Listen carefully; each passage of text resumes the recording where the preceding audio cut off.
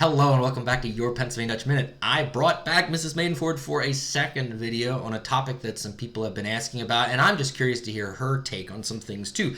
As some of you know by watching these videos before, my daughter, or our daughter, and our son are at the beginning and the end of this video, and they speak Pennsylvania Dutch.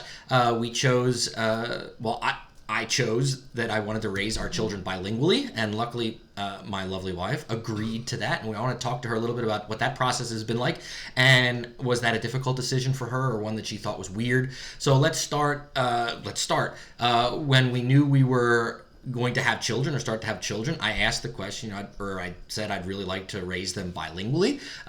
What was that decision process for you like, or what did you think when you first heard that idea? I think that was a no-brainer that we had to do that. And I was a little surprised that he wanted to use Pennsylvania Dutch rather than German, because he teaches German and more people use that language in more places. And so I just made that assumption that it would be German. So I was taken off guard whenever you said Pennsylvania Dutch, because then I thought, there are going to be some challenges because no one around here, except for the Amish, speak Pennsylvania Dutch, and sometimes it's difficult to get them to speak it with a non-speaker. So, and you had been in our relationship pre-children, you were speaking Pennsylvania Dutch to me a little bit, so I was getting used to the language. Yeah. So now we are 7 years into this experiment. Our daughter's just about to turn 7. So how has it been for you as a non-native speaker raising our children like this now for 7 years? I think it's been both rewarding and a little disappointing. Rewarding because it's fun to see how they're growing. And right now, and I think especially because our son is old enough to really spark interest in the language, and his language abilities are better. He asks more, he's more curious, and he's more willing to speak the language. And Estella is still a little timid about doing that, and she's like me. I think sometimes she's afraid to make mistakes, so she just doesn't do it. They respond appropriately in action, even if they decide not to use the language, which is really cool to see. And then the disappointment is that they're not using that as their go-to language.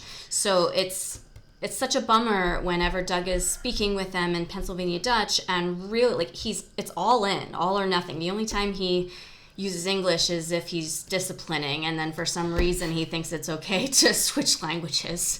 I don't know. And he does speak to me in English, so they do hear that he can speak in other languages. Sorry. And so it's a little disappointing that they're not fully immersed in the language themselves. Well, I think it makes sense. All the research shows that if you're only hearing that language from a few amount of people, like me, for example, and our kids, and they're going to school and everything's in English, or they go to daycare and everything's in English, it makes sense that they're responding in English. But as Jessica said, it is cool to see that they always respond appropriately. So if I'm talking to them, they know what's being said, they understand it, because when they respond to questions, they might respond in English, but they are responding appropriately to the situation that's going on, or the conversation that's taking place. So yeah, that has been cool, and that's been frustrating for me as well, that they aren't speaking more. However, I don't force them to speak it as much as, and I don't know, it's a fine line. I don't want to force them that they start to resent it or don't like it and then push away. So I've taken the route that we're going to let nature take its course, and I think as they get older, I think they will naturally start to speak more.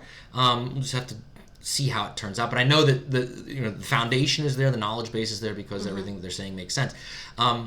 They do have a little bit of a support system in some of our local community members, meaning Estella is in school and her principal asks her about certain asks for and the music teacher to teach them Pennsylvania Dutch stuff. Yeah, that's true. What would you say to parents that are thinking about maybe wanting to do something like this? Not necessarily Pennsylvania Dutch, but just raising children unorthodoxly or whatever. I mean, or raising them, deciding to do something with a language other than English, or bilingually. What your experience now from someone being thrown into this situation?